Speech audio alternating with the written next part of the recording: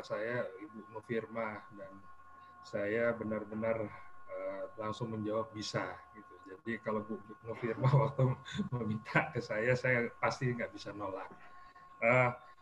Dan kebetulan juga anak saya yang pertama juga di SMP, Bu. Dan saya merasakan benar ketika pandemi ini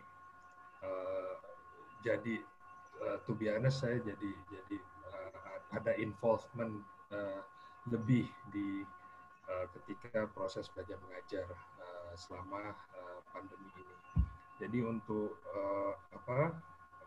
menyingkat waktu, saya izin untuk share screen. Ibu, apakah saya bisa dikasih akses, Bu, untuk share screen? Ya, silakan Kang Digno untuk memberikan akses. Sebentar. Ya. Ibu dan Bapak dari seluruh Indonesia ya, Bapak dan Ibu ya. Ya, betul Kak Ati. Ya. Oh, dari NTB juga saya ngelihat nih.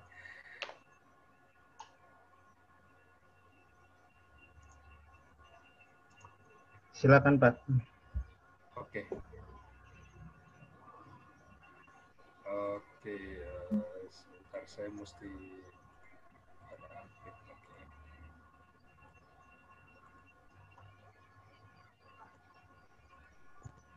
kelihatan ya Bapak dan Ibu?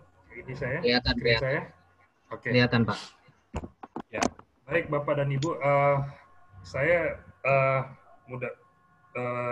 berusaha menyajikan ini dengan nggak mau berbicara terlalu banyak teknis di sini, tapi di sini saya ingin menggugah apa sih sekarang ini yang sedang hot topics itu adalah entrepreneurship dan digital company. Jadi maksud saya paling nggak mudah-mudahan apa yang kita diskusikan malam ini bisa jadi bahan Bapak dan Ibu juga untuk diskusi dengan murid-murid Bapak dan Ibu sekalian. Jadi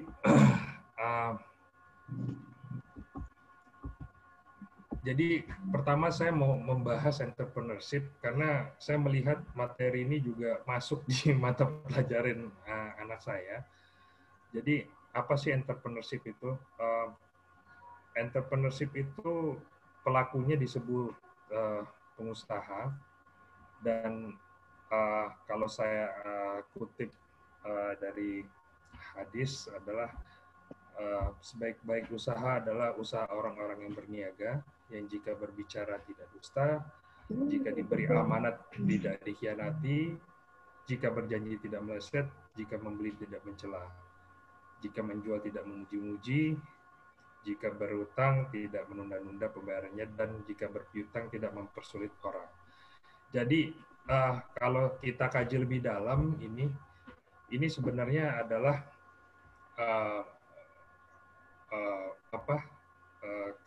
kalau dilihat itu adalah kunci dari pengusaha itu adalah sebenarnya akhlak. Jadi ini berhubungan dengan karakter. Jadi gimana kita bisa membangun karakter anak-anak kita bersama itu dari awal, Bapak dan Ibu. Jadi saya melihat terus terang aja waktu saya SMP, SMA gitu ya, di kelas tuh termasuk saya juga gitu ya, saling mencontek atau gimana gitu ya. Bahkan saya di SMA pun sudah, kebetulan saya lulusan SMA 8 Jakarta, di SMA 8 pun masih ada juga gitu mencontek. Tapi ketika saya kuliah, dapat kesempatan kuliah ke Amerika, ternyata mencontek itu sangat sangat tabu gitu ya. Jadi guru-guru itu biar nggak ada yang dilihat tuh adalah effortnya murid-murid gitu ya. Kalau dia sudah berusaha, dia sudah berusaha keras, nilai itu mungkin nomor 2. Gitu. Jadi disinilah yang kita sebut dengan karakter. Gitu ya. Disitulah saya mungkin bisa dibilang karakter saya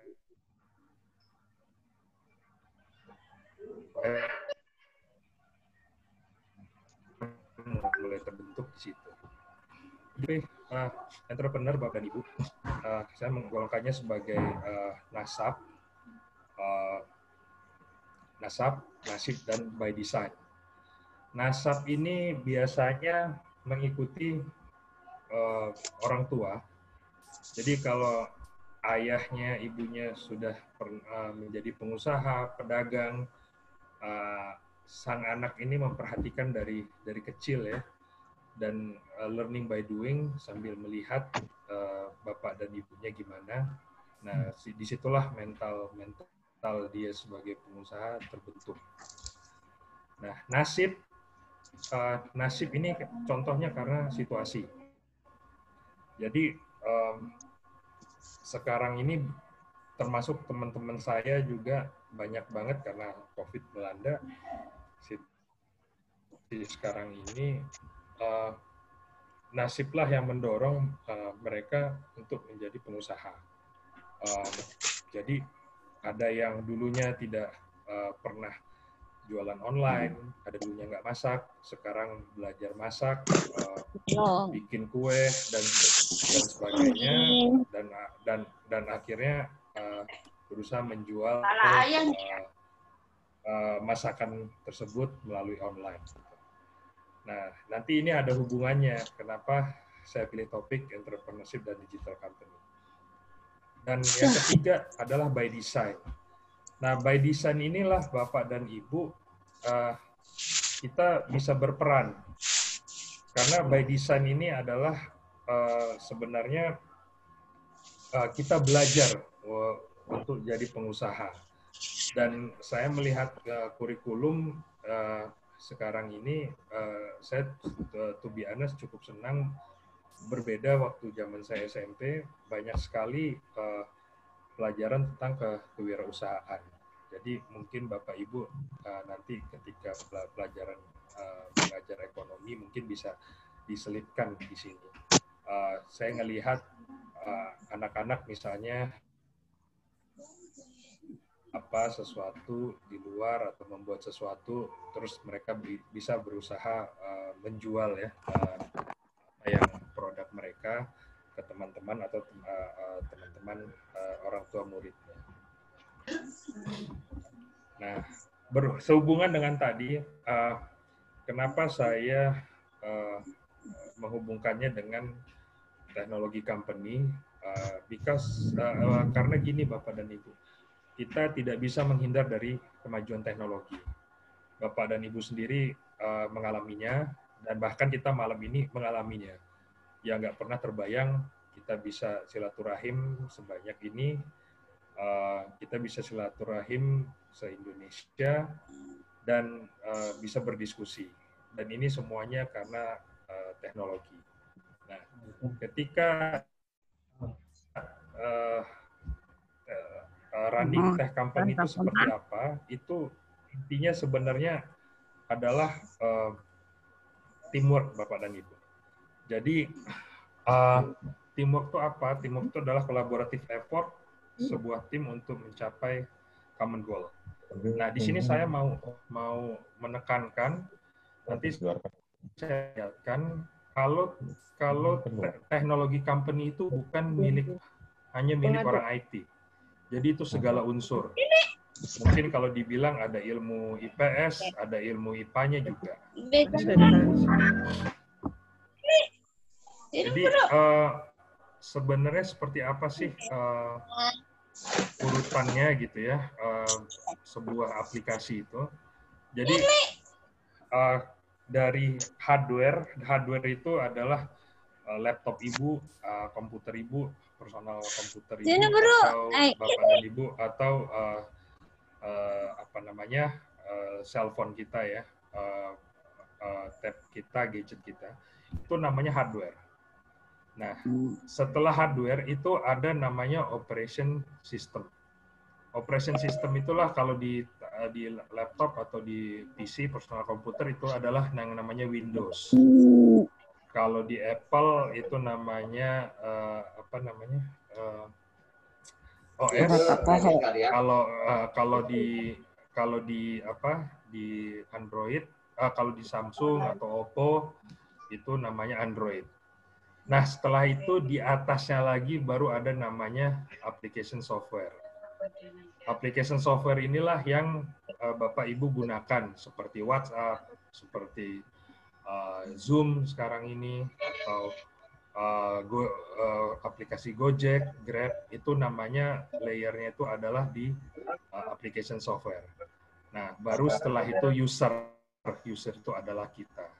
Jadi inilah urutannya dari hardware ke user. Nah, kenapa sangat penting kita membangun sebuah tim? Karena tim itu dengan tim kita, tim itu adalah grup individual people yang masing-masing punya skill dan sangat penting untuk kerja bersama, working together essential, dan kita juga mesti saling mengerti kalau kita punya common goal yang sama. Ini benar-benar kalau zaman saya dulu SD SMP itu ada namanya CBSA. Saya nggak tahu kalau sekarang tuh apakah ada konsep yang sama yang dinamakan CBSA. Saya merasakan banget waktu CBSA itu kita mengerjakan tugas itu secara bersama-sama. Nah, jadi proses membangun tim itu seperti apa? Yang paling ada dua sebenarnya yang kita cari, karakter dan kompetensi. Nah, karakter itu adalah lebih penting dari kompetensi. Jadi kalau kompetensi itu bisa dilatih, Bapak dan Ibu, bisa dibangun. Kita bisa dengan latihan, training itu bisa dibangun. Tapi kalau karakter itu berhubungannya dengan akhlak. Karena kalau karakter ini kita nggak yang paling penting itu biasanya organisasi kita yang akan menjadi yang menjadi korbannya. Nah, di sini juga jadi biasanya kita membangun tim itu seperti apa? Melihat dari online portal, network, ya, terus interview proses ada. Ini kan ada Drive manage member, achieve goals, give reward, dan idea transform. Nah, ini yang mau saya highlight, Bapak dan Ibu. Sekarang ini apapun ketika ada job opportunity atau ada opportunity apapun, itu biasanya yang pertama dilihat itu adalah sosial media. Jadi ada ini kejadian Bapak dan Ibu, ada teman saya dia udah eselon 2. Waktu itu dia bidding untuk eselon 1, padahal nilainya bagus ya, tapi dia gagal jadi eselon 1 karena sosial medianya. Dia memang nulis macam-macam lah di sosial media. Jadi ini zaman udah berbeda, dan Bapak dan Ibu, kita mesti manage itu, kita mesti memfasilitasi itu secara yang bijak gitu. Ini soalnya banyak kejadian. Dan di perusahaan-perusahaan pun juga ketika kita menerima lamaran, bagian HR, bagian Human Resources, SDM, itu pertama kali yang dicek adalah sosial media. Di situ langsung terlihat karakter seseorang. Jadi kalau zaman dulu kita nerima lamaran, apakah CV-nya bagus, nilai kuliahnya bagus dan sebagainya. Sekarang malah yang dilihat adalah sosial medianya. Jadi seperti itu Bapak dan Ibu. Nah, ini yang mau saya sharing juga. Jadi di sini adalah proses untuk proses membuat suatu aplikasi di digital company. Dan ini bukan semuanya orang IT. Ini macam-macam. Jadi segala bidang ilmu ada. Ada yang pertama pasti itu namanya assessment. Ini ada business analyst, account manager, business development. Ini biasanya anak fakultas ekonomi atau bahkan fakultas teknik biasanya, teknik industri. Jadi dia bukan teknik komputer. Setelah itu analis ini juga orang sosial biasanya. Setelah itu baru ke desain dan development. Ini baru masuk ke anak IPA ya, ibaratnya kita nyebutnya. Jadi yang pertama kedua itu justru adalah teman-teman yang banyak background-nya di IPS gitu. Nah, setelah itu baru masuk ke IPA. Jadi Bapak Ibu bisa lihat satu kesatuan ini di perusahaan IT itu bukan hanya anak yang berbasis teknik komputer. Jadi ini berbagai macam ilmu, ada yang ilmu IPS, ekonomi, ada ilmu akuntansi, terus ada ilmu psikologinya juga ada. Gitu. Jadi kira-kira seperti itu Bapak dan Ibu. Jadi ini mungkin nanti bisa didorong ke murid-murid. Yang penting ketika kita misalnya milih jurusan IPS, jadilah murid yang terbaik di jurusan IPS. Atau di SMA, di IPA, jadilah murid yang terbaik di jurusan IPA. Oke. Nah, ini proses menjual software itu seperti apa? Ini juga kombinasi antara anak IPS dan IPA. Ada business development, account manager, business analyst. Ini proses sebelum ini masih proses pendekatan nih ibaratnya. Proses pendekatan ke calon customer. Jadi pre-sales itu kalau ibarat pernikahan ini lagi PDKT-nya Bapak dan Ibu. Nah, kalau sales, ketika sales terjadi itu akad nikahnya, dan after sales itu bagaimana menjalankan kehidupan pernikahan. Jadi Ibu, Bapak dan lihat, ini pun juga proses menjual suatu sistem, itu pun juga adalah kombinasi dari ilmu IPS dan IPA. Jadi tidak teknologi company itu bukan hanya ilmu IPA. Jadi seperti itu. Ini ada tips sedikit bagaimana sih kita bisa managing suatu tim. Yang pertama, sebagai kalau kita menjadi pimpinan tim itu pasti mesti menjadi pendengar yang baik. Terus kedua, kita mesti melihat akar permasalahan itu dari hulu sampai hilir, dan kita mesti bisa memanage ego dari semua tim member kita. Terus pastinya kita mesti being honest, kita mesti jujur. Kalau nggak ada anggarannya, kita mesti bilang ada anggaran. Kalau ada pun ada, misalnya sedikit, kita mesti bilang. Dan yang paling penting adalah ketika misalnya tim kita berjuang di luar kantor, kita tidak bisa meninggalkan mereka sendiri, gitu aja. Kita mesti memastikan keperluan tim kita itu terpenuhi. Jadi kira-kira seperti itu Bapak dan Ibu. Saya mencoba secara umum. Jadi poin saya adalah yang pertama, untuk menjadi pengusaha itu dibutuhkan karakter yang paling utama, karena makin banyak pengusaha di Indonesia, ekonomi kita makin kuat, Bapak dan Ibu. UMKM kita mesti banyak dibangkitkan, makin kita mesti mencetak para calon-calon pengusaha.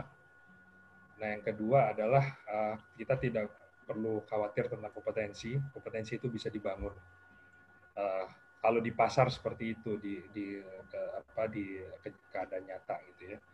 Nah, terus yang ketiga, kita tidak bisa menghindar dari teknologi. Walaupun misalnya kita kesal sama teknologi atau gimana, ini kok ribet banget, tapi teknologi itu kita tidak bisa menghindar. Kira-kira seperti itu Bapak dan Ibu. Mudah-mudahan bisa dimengerti. Nanti ini PowerPoint-nya bisa saya share dan saya kembalikan ke moderator. Terima kasih.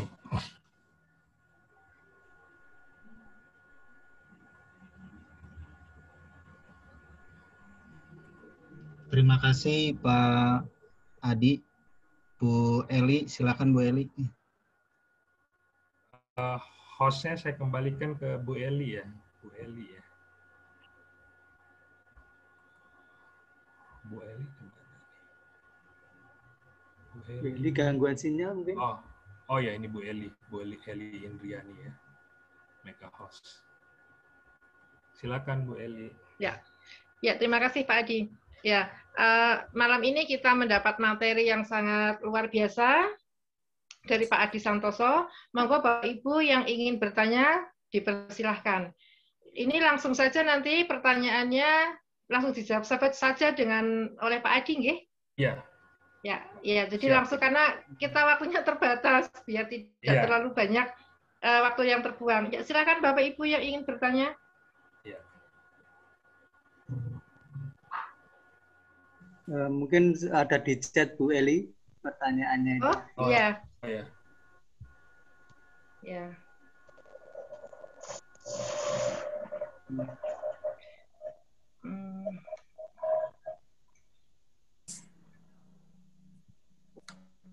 Sambil menunggu itu coba Pak Adi, saya bisa bertanya Pak Adi ya?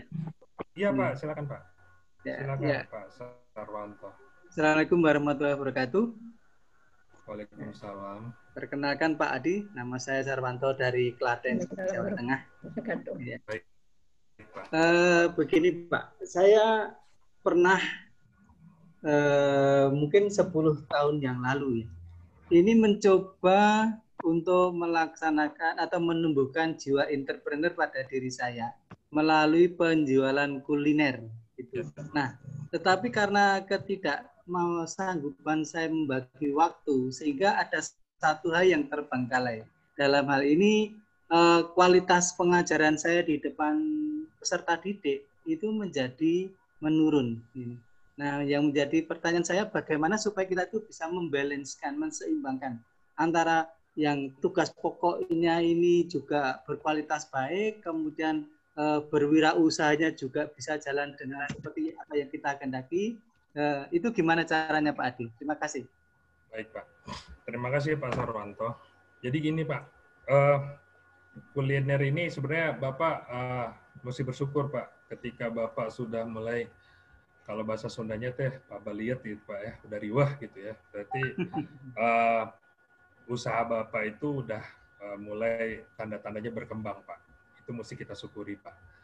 Jadi dari usaha kuliner tuh biasanya gini Pak, yang mesti kita siapkan memang manage waktu, itu nomor satu. Yang kedua, ketika Bapak sudah bisa melihat grafik yang customer yang makin banyak dan sebagainya, itu kan ada dua Pak yang mesti dipertahankan. Pertama, kualitas makanan. Nah, kualitas makanan. Kedua, melayani pelanggan. Nah, kualitas makanan Pak, itu sebenarnya Bapak bisa quote and quote itu membuat formula Pak. Misalnya ketika Bapak jualan soto ayam ya Pak ya, dalam semangkuk gitu. Itu kan sudah ada Pak, misalnya bahannya ini berapa gram, ininya berapa sendok dan sebagainya. Itu Bapak tulis, Pak. Bapak jadikan formula. Jadi itulah yang disiapkan supaya kualitas makanan yang Bapak jual itu tetap terjaga. Kedua,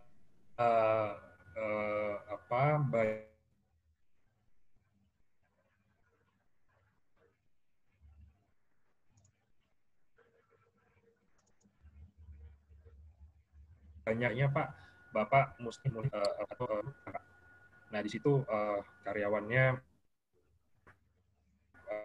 Bapak latih sesuai standar yang Bapak inginkan dan yang sesuai masukan dari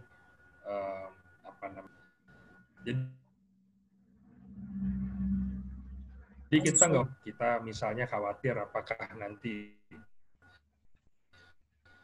beliau ini bisa kita gaji atau jangan-jangan malah margin kita turun, Pak. Karena at the end of the day, Pak, bisnis itu kita mau belajar apapun, Pak, teori apapun, pengalaman, ujung-ujungnya, Pak, yang namanya bisnis itu yang saya perhatikan, Pak, malah 5% kita belajar ilmu bisnis, 90% itu adalah doa, Pak. Kalau dulu saya masih muda, kebalik, Pak. Saya merasa saya berusaha belajar kemana-mana. Saya pikir teori dan segala macam belajar ke guru A, ke guru B itu 90%, 10%-nya doa, Pak. Nah, makin ke sini saya malah berbalik, Pak Sarwanto. Teori itu mungkin bagi saya 10%, Pak, 90%-nya itu adalah doa, Pak. Jadi ketika Bapak sudah bisa merekrut karyawan, itu yang ngedoain bisnis Bapak makin banyak, Pak. Jadi kira-kira begitu, Pak. Terima kasih jawabannya Pak Adi. Pak Adi, ini ya, dari Pak Farid. Ibu Eli. Ya, ini baik, dari Ibu. Pak Farid, ya, Pak Farid Asar. Ini mengatakan bahwa salah satu yang menjadi ganjalan dalam membangkitkan gairah UMKM itu adalah rasa percaya diri. Ya, rasa percaya diri dari para pelaku. Nah, ini bagaimana cara membangkitkan rasa percaya diri agar atas hasil produknya agar diterima di masyarakat. Ya, begitu, Pak. Baik. Terima kasih. Baik, Bu. Jadi biasanya begini, Bu, produk UMKM. Saya ngambil contoh di kuliner mungkin ya, lebih mudah ya. Di kuliner itu misalnya kita bikin 5 jenis masakan. Bikin 5 jenis masakan. Nah, terus 5 ini kita jual gitu ya, kita jual. Nah, di sini kita mesti langsung menganalisa. Kalau sekarang tuh bahasa kerennya data science gitu. Ketika kita bicara ini bahasa-bahasa kerennya ada yang Ibu pernah baca mungkin big data dan sebagainya. Itu sebenarnya ilmu dasarnya adalah statistik. Jadi dari 5 menu ini kita lihat Bapak dan Ibu, kita pilih 2 aja yang terbaik. Yang mana penjualannya dalam sebulan. Nah, 2 ini nanti yang kita fokuskan. Gimana kita memperbaiki, meningkatkan produk tersebut. Jadi rasa percaya diri kita itu akan tumbuh kalau makin banyak barang yang kita jual, produk yang kita jual, dan itu makin laku. Jadi kita jangan fokus ke semua produk yang kita punya. Yang ketika kita mulai itu produk yang kita kuasai itu nggak usah banyak-banyak. Produk unggulan gitu ya, jadi, Pak ya. Di produk unggulan, betul Ibu. Jadi semakin kita banyak, makin menjual banyak, kita makin ada experience, makin ada pengalaman. Nanti percaya diri itu timbul, Ibu. Saya pernah proses jual software saya ke salah satu BUMN itu baru tembus setelah 3,5 tahun. Itu luar biasa. Kefrustrasian, terus ini bakal diterima nggak, tahu-tahu meeting ke meeting, pas satu meeting kayaknya udah mau jadi, ternyata setback lagi. Jadi memang produk kita itu mesti continuous improvement-nya itu selalu terus ada. At some point,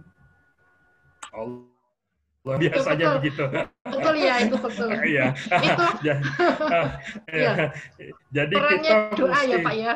Perannya doa Bu. Jadi Ya. makanya saya terus terang berbalik Bu. Ya. Sekarang itu doa itu yang nomor 1 Bu.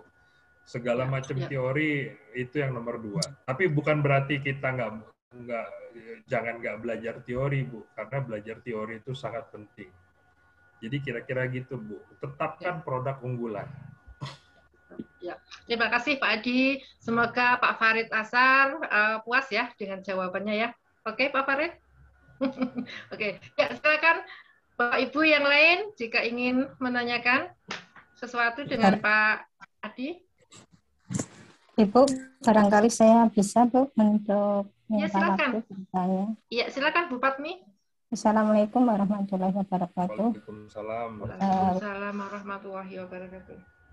Ini Pak Adi, ya, yang saya tahu dari berbagai macam bisnis itu, terutama kuliner, itu ternyata tempat sangat menentukan. Kalau kita amati itu justru malah yang mendominasi itu para konsumen itu akan tertarik manakala tempatnya itu nyaman. Nah, untuk membuat tempat yang nyaman itu tentu saja membutuhkan modal yang sangat besar, Pak Adi. Dan untuk usaha pemula tentu saja ini suatu hal yang sangat sulit untuk mendapatkan itu, karena tentu saja yang diutamakan adalah kualitas makanan. Gitu. Nah, bagaimana Pak Adi cara bersaing kita? Apakah kita akan mengikuti tren tempat dulu atau makanan dulu? Karena kalau makanan enak, tempatnya kurang nyaman, itu juga konsumen juga kurang tertarik Pak Adi. Sebaliknya kalau misalnya tempatnya sudah bangun dengan biaya yang sangat mahal, tapi tidak diimbangi dengan makanan yang enak juga akan cepat tutup gitu. Jadi trik-trik yang kita dahulukan kira-kira yang mana gitu Pak? Mohon penjelasannya. Terima kasih Ibu Moderator. Assalamualaikum warahmatullahi wabarakatuh. Waalaikumsalam. Terima kasih Bu. Ya, terima kasih Bu Patmi. Ini pertanyaannya sangat luar biasa dan berbobot nih Bu. Jadi ini kalau bahasa Inggrisnya between chicken and eggs, antara telur dan ayam, mana yang duluan ya Bu ya.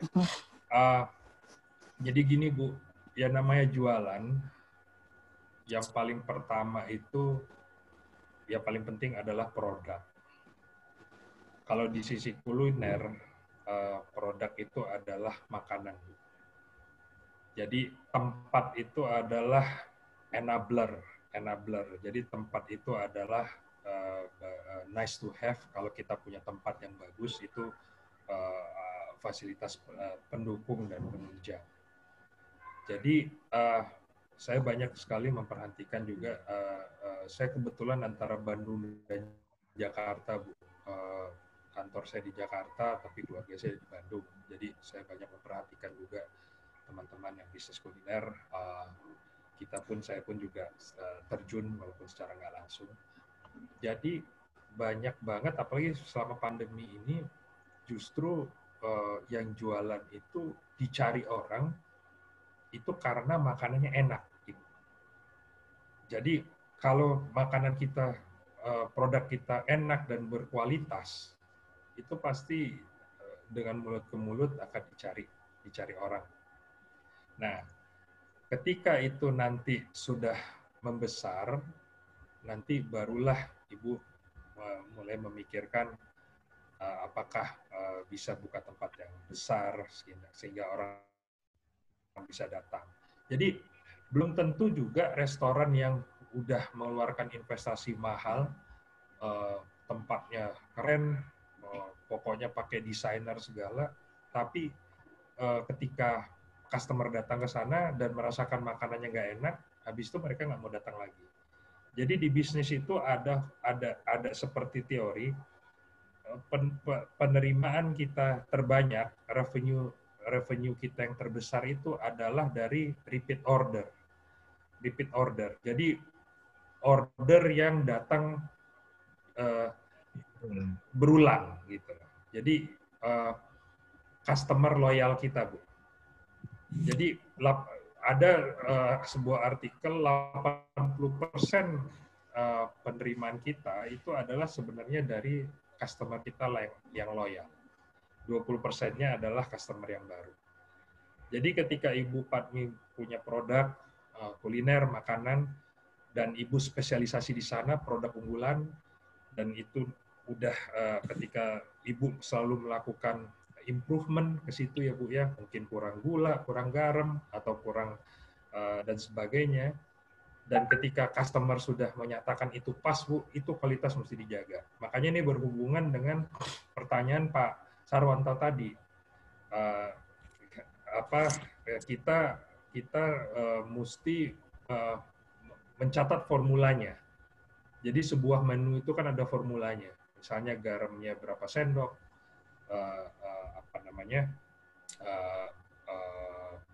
gulanya berapa sendok, tepungnya berapa sendok misalnya. Kalau misalnya saya senang makan bala-bala Bapak dan Ibu.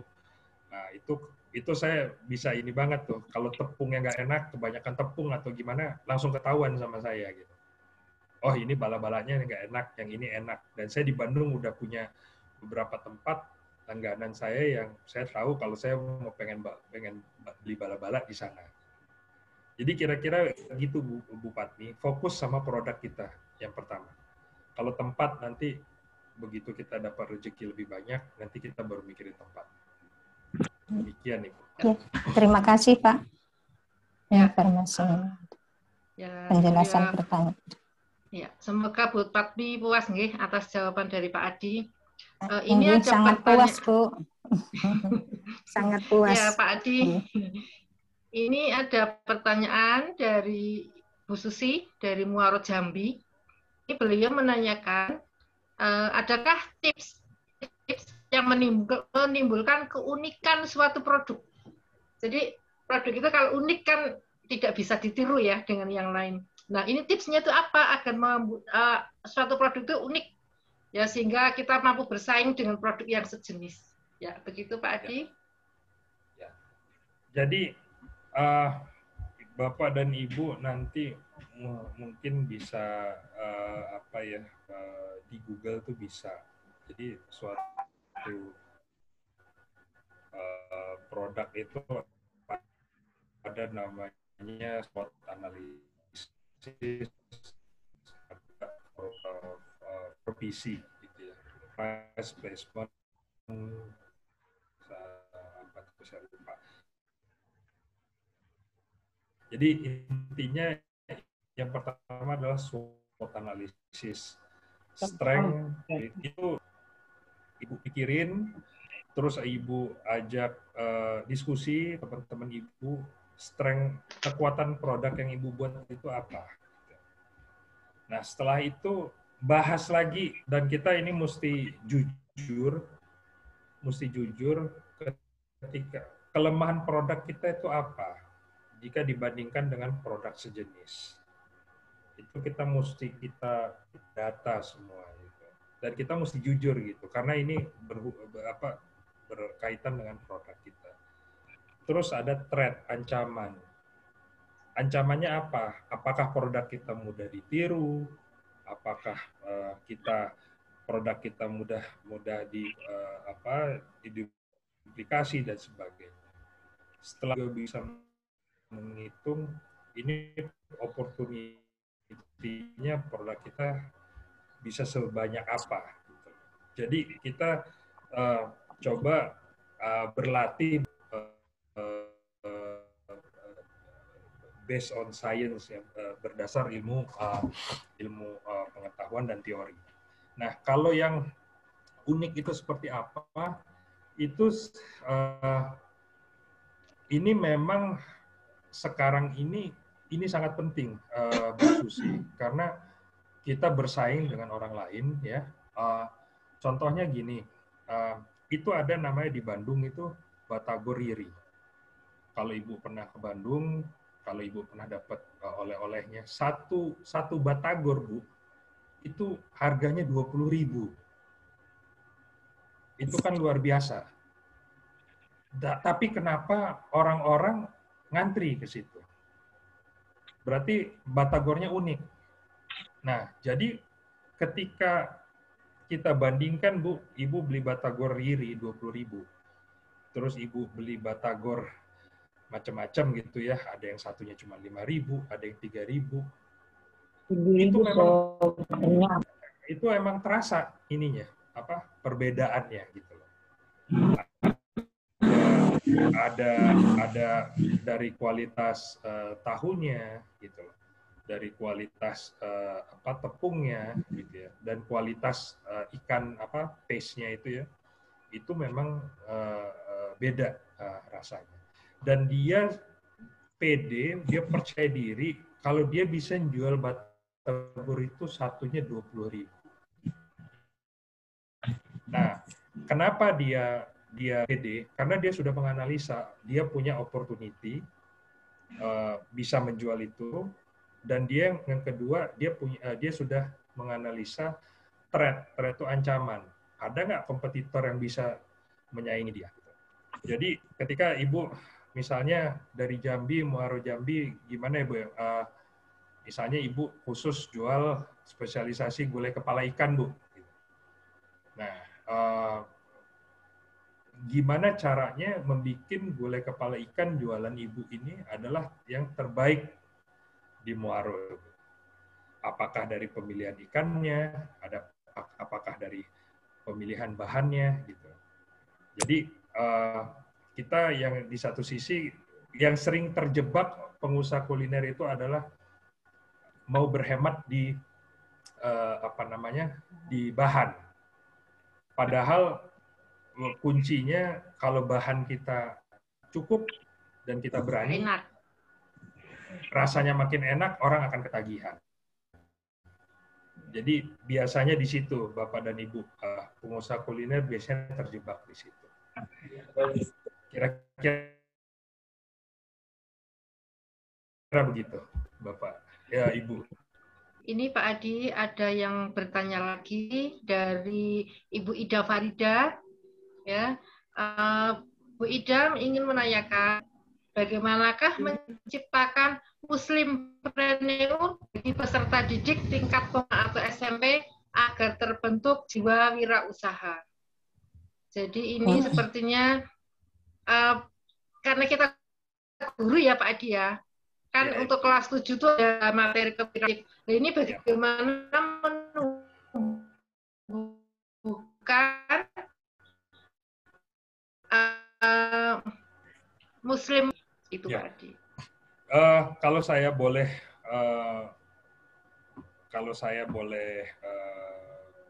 share, Bu. Sebentar saya ambil contoh.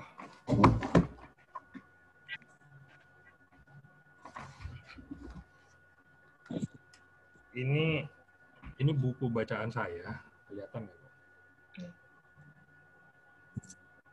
Ini saya dapat di Gramedia, Rasulullah Business School.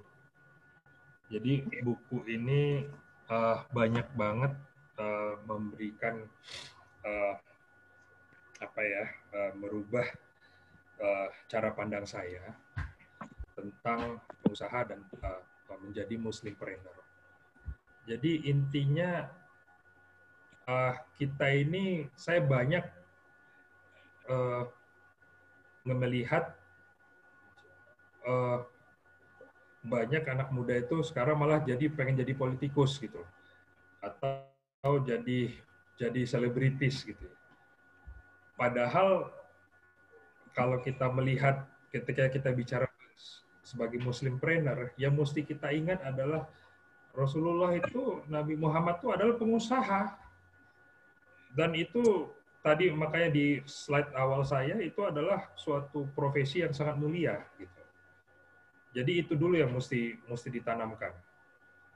Nah, yang kedua adalah pengusaha itu kita mesti mencoba sebaik mungkin jujur.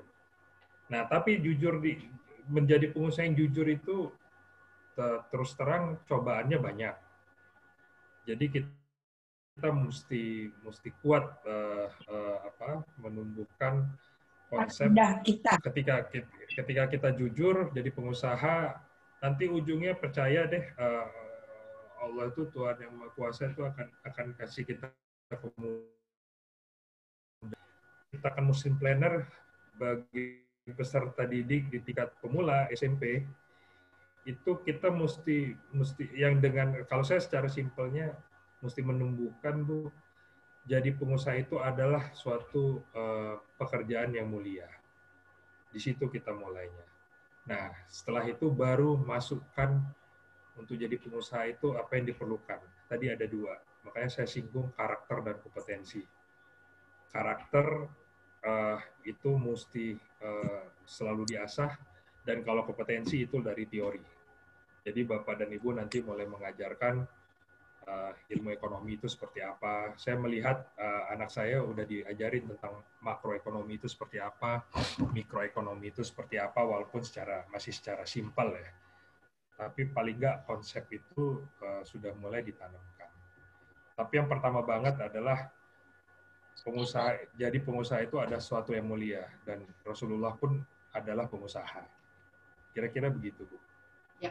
Oke, Pak Adi, itu adalah pertanyaan terakhir karena kita waktunya tinggal 5 menit lagi, sehingga bisa disimpulkan sini bahwa intinya dalam menjadi pengusaha itu yang pertama yang dipegang itu adalah adab, adab karakter, karena pedagang itu sebenarnya adalah profesi yang mulia, dan yang dipegang itu adalah adabnya. Demikian pembelajaran malam ini dari Pak Adi. Terima kasih Pak Adi, luar biasa ilmunya, mudah-mudahan bermanfaat dan bisa kita terapkan ya tips-tipsnya dan bagaimana membangkitkan rasa percaya diri. Demikian Bapak Ibu, jika masih ada pertanyaan nanti silahkan di chat di saya atau Kang Ditno, nanti bisa saya sampaikan, atau ke Pak Sarwanto nanti bisa disampaikan ke Pak Adi, Pak Adi. Ya, baik Ibu. Ini saya tulis juga email saya. Oh ya. Bisa di email. Oke. Ya, mudah-mudahan pembelajaran malam ini bermanfaat ya. Saya selaku moderator mohon maaf atas segala kekurangan. Saya akhiri. Wabillahi taufiq wal hidayah. Wassalamualaikum warahmatullahi wabarakatuh. Waalaikumsalam warahmatullahi wabarakatuh.